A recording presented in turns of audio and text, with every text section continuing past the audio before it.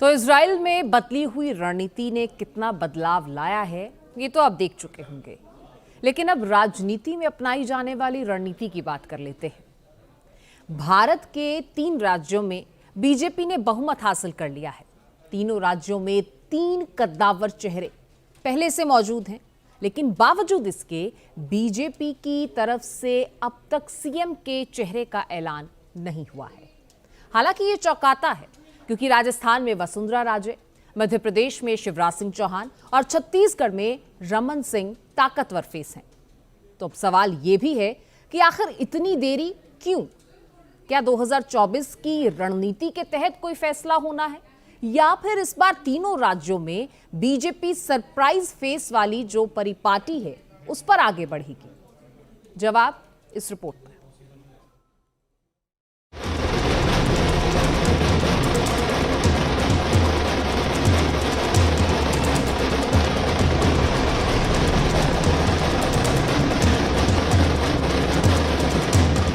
3 राज्य सीएम की race, surprise होगा फेस। मध्य प्रदेश, राजस्थान और छत्तीसगढ़ में बीजेपी की शानदार जीत के बाद से यही सवाल सियासी गलियारों में तैर रहा है। हालांकि ऐसा पहली बार है जब सीएम के चेहरे को लेकर बीजेपी में इतनी कवायद हो रही हो। इसलिए अटकलों का बाजार गर्म है। सभी जानना चाहते हैं कि आखिर वो फॉर्मूला क्या होगा जिसके आधार पर मुख्यमंत्री पद के लिए चेहरा चुना जाएगा। पार्टी वसुंधरा राजे, शिवराज सिंह चौहान या रमन सिंह जैसे दिग्गज को फिर से मौका देगी या नए चेहरे पर दांव खेला जाएगा? ये प्रश्न इस समय तीनों राज्यों के बीजेपी कार्यकर्ता, समर्थक और खुद दावेदारों के दिमाग में भी घूम रहा है।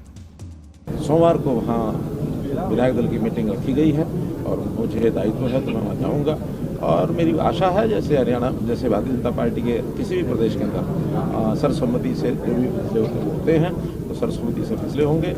हालांकि राजस्थान के जो चेहरे इस समय लाइमलाइट में हैं, उनमें पहले नंबर पर वसुंधरा राजे हैं। फिर राजघराने से ही दूसरा चेहरा दिया कुमारी का है। इसके बाद बाबा बालकनाथ, गजेंद्र सिंह शेखावत और अश्विनी वैष्णव पर भी दांव खेले जाने की संभावना है।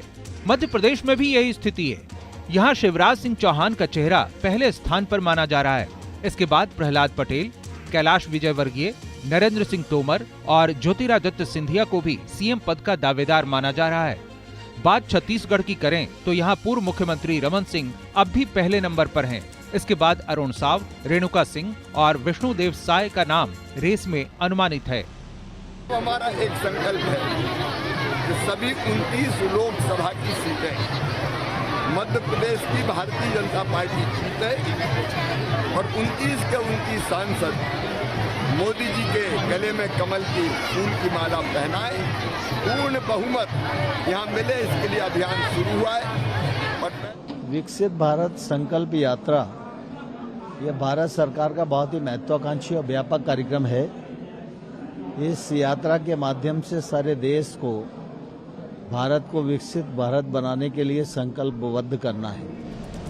अब प्रश्न ये है कि जब मध्य प्रदेश, राजस्थान और छत्तीसगढ़ में 3 चेहरे पहले से ही जनता के बीच स्वीकार्य माने जा रहे थे, तो फिर नए चेहरे पर कवायद की जरूरत क्या है? इसका सीधा सा जवाब ये है कि तीनों राज्यों में इस बार विधानसभा चुनाव प्रधानमंत्री नरेंद्र मोदी के चेहरे पर लड़ा गया है और राज्यवार सियासत में सामाजिक समीकरण और परिस्थितियां दोनों अलग हैं। इसलिए 2024 को ध्यान में रखते हुए कवायद जारी है। हालांकि सीएम पद की रेस के गणित में एक फैक्टर कॉमन है, वो ये कि भारतीय जनता पार्टी ने अक्सर सरप्राइज दिया है। इसलिए इस बार ऐसा ही कुछ होने की संभावना हर किसी के दिमाग में है। मुझे लगता है कि ये अमित शाह और नरेंद्र मोदी की डिस्क्रिशन होगा, विवेकाधिकार होगा कि वो किसको सीएम बनाना चाहते हैं और किसको नहीं। इसमें कास्ट फैक्टर या कोई और फैक्टर मुझे नहीं लगता मायने रखता है। इसका मतलब साफ है कि बीजेपी नए चेहरे पर दांव खेल सकती है और उस चेहरे के सहारे ही 2024 के लिए उम्मीदों की इमारत भी गढ़ सकती है।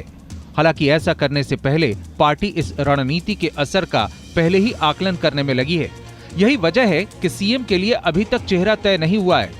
अब सवाल यह है कि अगर नया चेहरा तय होता है तो फॉर्मूला क्या होगा?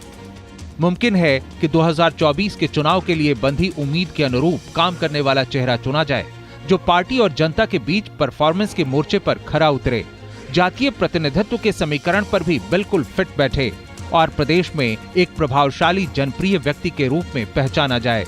हालांकि ये सभी खूबियां उन पुराने कद्दावर चेहरों में भी हैं जो तीनों राज्यों में बीजेपी की सरकार संभाल चुके हैं। लेकिन हो सकता है कि आंतरिक रिपोर्ट के आधार पर बीजेपी के शीर्ष नेतृत्व ने इन्हें बदलने का फैसला लिया हो। अलबत्ता तीनों राज्यों के कद्दावर नेताओं की अपनी एक अलग छवि है। वसुंधरा राजे के पास सरकार चलाने का अनुभव है। वो बीजेपी को खड़ा करने वाली राजमाता सिंधिया की बेटी हैं और पूरे राजस्थान में एक प्रभावशाली चेहरा भी हैं। वहीं शिवराज सिंह की बात करें तो वो मध्य प्रदेश में एक जनप्रिय नेता के रूप में जाने जाते हैं। महिलाओं से संबंधित योजना चलाने के लिए प्रसिद्ध हैं और 16 वर्ष तक बीजेपी की सरकार प्रदेश में चलाने का उन्हें अनुभव भी है। ऐसा ही छत्तीसगढ़ के पूर्व सीएम रमन सिंह का फेस भी है। वो छत्तीसगढ़ में लोकप्रिय हैं।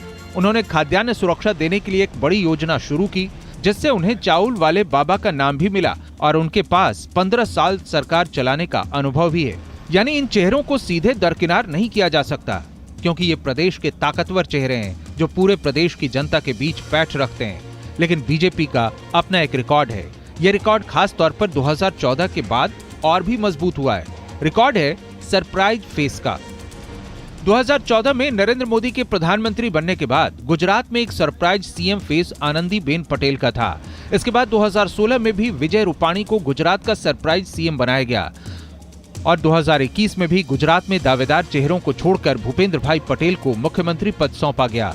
ठीक ऐसे ही 2014 में हरियाणा में राज्य में हुए चुनाव के बाद सभी अटकलों को विराम देते हुए मनोहर लाल खट्टर सीएम बनाए गए।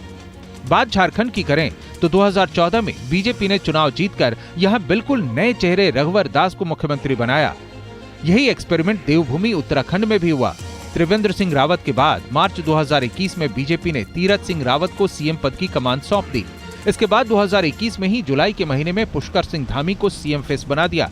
हालांकि पुष्कर सिंह धामी 2022 का विधानसभा चुनाव हार गए, लेकिन बीजेपी ने तब भी सरप्राइज दिया, सीएम उन्हें ही बनाया। यानी बीजेपी हमेशा सीएम फेस पर सरप्राइज देती रही है, इसलिए इस बार सरप्राइज फेस की उम्मीद बढ़ गई है। अगर आप किसी फेस पर चुनाव लड़ते ही नहीं हैं, आपका फेस सिर्फ नरेंद्र मोदी होता है, तो फिर नरेंद्र मोदी की ही चॉइस होगी। आप नरेंद्र मोदी के मन से जो नेता निकलेगा सीएम का, वो आपको सरप्राइज करता है। वो नरेंद्र मोदी या अमित शाह को सरप्राइज नहीं करता है। हालांकि ऐसा भी नहीं है कि बीजेपी की सीएम पॉलिसी नरेंद्र मोदी के पीएम बनने के बाद बनाई गई हो। ऐसा बिल्कुल नहीं है। इसके पहले मध्य प्रदेश में बाबूलाल गौर का सीएम बनना, फिर उन्हें हटाकर 2005 में शिवराज सिंह को सीएम बनाना और छत्तीसगढ़ में बिना फेस के चुनाव लड़ने के बाद रमन सिंह को बतौर सीएम चेहरा पेश करना भी बीजेपी के सरप्राइज पॉलिसी का ही हिस्सा है। शिवराज सिंह चौहान खुद अपने लिए सीएम बनना उनके लिए भारी है, या वसुंधरा पूरी जोर लगाने के बावजूद अगर नहीं बन पाती हैं, या रमन सिंह नहीं बन पाते हैं, तो वो कितना गणित नरेंद्र मोदी का बिगाड़ सकते हैं।